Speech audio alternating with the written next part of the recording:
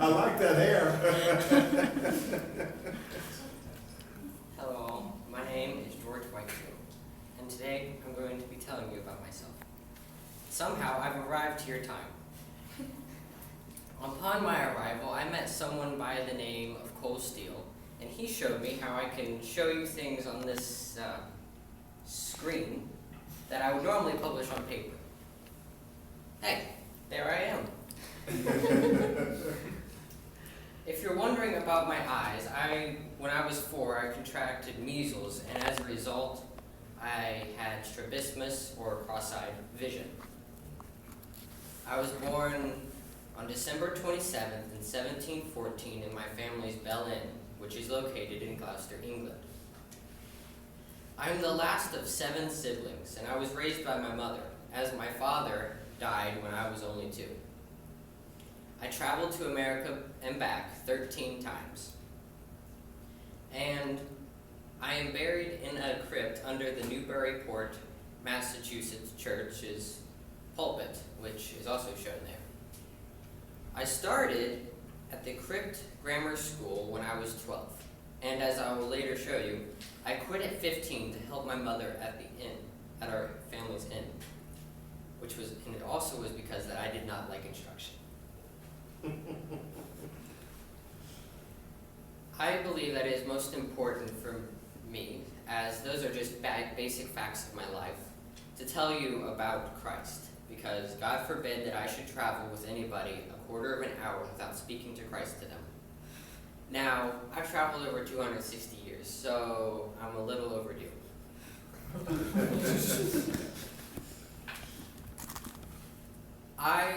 Another thing that is rare for me is to talk in small rooms. When I was in Crypt Grammar School, I did presentations in small rooms, but as I became a preacher, I began more and more to preach outdoors in open fields to where people were. Now you may be wondering how I can talk to people in open fields, and that was because most people said I had a superhumanly loud voice. And I enjoyed preaching in the fields because I believe I was never more acceptable to my master than when I was standing to teach those hearers in the open fields. I could preach to 10 times more people than I would if I had been confined to the churches.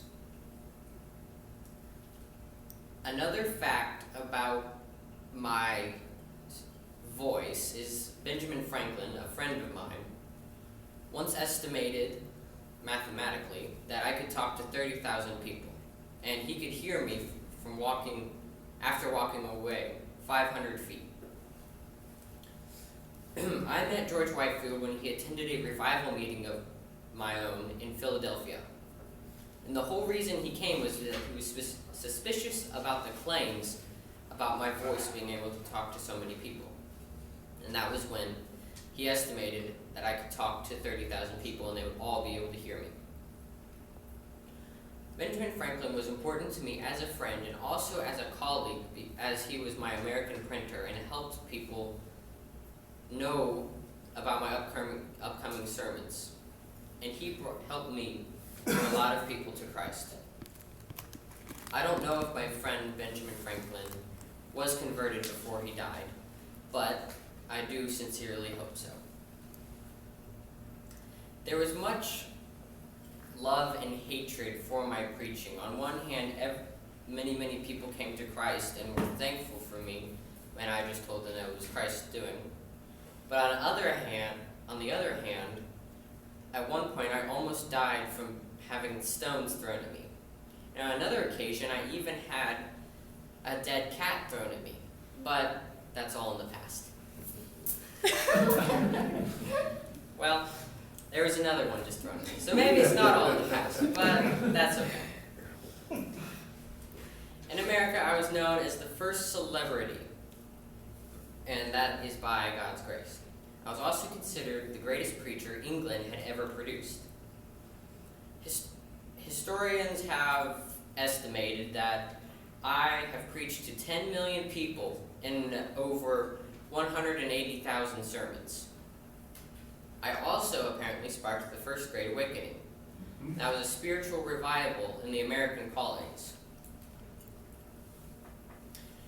the way I got to that is by going to college, Pembroke College. And the way I got there was by dropping out of school. Now, I don't recommend any of you drop out of school, but luckily it worked out for me, because at Pembroke I ended up being a servitor.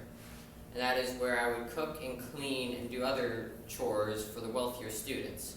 The way I learned how to do those chores is at working at my mother's inn. And I did the same things that I would end up doing at Pembroke College. As I was working at my mother's inn one day, a friend from the Crypt Grammar School, who was attending Pembroke, had come back for a visit. And he told me that if I was a servitor, I could pay for my tuition at Pembroke. I was ecstatic, and so was my mother. I could finally go to Oxford as I had dreamed. And at 18, after going back to the Crypt Grammar School to brush up on my education, I attended Pembroke, which is a part of Oxford. While I was attending Pembroke, I had various and many self-conflicts. And this all started when Charles Wesley, a friend of mine, gave me The Life of God in the Soul of Man. This book contained beliefs that shattered my own, and I began to fast, not eating or drinking or even speaking. And I prayed outside and laid outside in the cold for hours. As a result of this, my health quickly deteriorated. And one time, as I was laying in my bed from being sick for over 7 weeks, I experienced a thirst that drinking could not quench. I remembered that when Jesus was near the end of his suffering in the wilderness, he said, "I thirst." So I cried out to God, "I thirst, I thirst." And that was when I finally felt like a new creature. To recover from this experience, I went back to my mother's inn in Gloucester, England. After I became a new creature, my friends wanted me to become a preacher. I did not feel that I was fit to be a preacher, but they kept on encouraging me. I resisted this encouragement for 2 years, until I visited with the Bishop Benson of Gloucester. And what he said is that even though I was 21, and normally he would only ordain those that were 23, he was so impressed with my character that he would ordain me as soon as I felt I was ready. So, on June 20th, 1736, when I was only 21, I was ordained. And my first sermon, which I preached at St. Mary de Crypt, which is also where I attended the Crypt Grammar School, I apparently caused 15 people to go mad. I don't know how I did that, as I just preached to them. At Pembroke, there was a group of like-minded students, and they called themselves the Holy Club. And they were rudely nicknamed the Bible Moths, Bible Bigots, God Club, Sacramentarians, and finally Methodists. The latter name stuck because it was partly true in that this club followed a method to their faith, and that would be that they would take sacraments once a month, they would pray daily, and they would have a meeting weekly. And the way I joined this club was I sent a fellow classmate to tell Charles Wesley that a poor woman had tried to commit suicide, and I wanted him to talk to her. And the classmate that I sent to Charles, I told her not to tell Wesley of my name. But, probably since she was like me and did not like instruction, she did anyways. And apparently Charles Wesley already was familiar with me and asked me to accompany him as he went to this poor woman who tried to commit suicide. During the trip, he found out that I wanted to join his club, and that was where our friendship started. There was much hatred of the Holy Club, and it didn't just stop with nicknames. I had many of the wealthy students who I was serving as a servitor, they withheld their pay from me. There was dirt thrown at me and the other Holy Club members.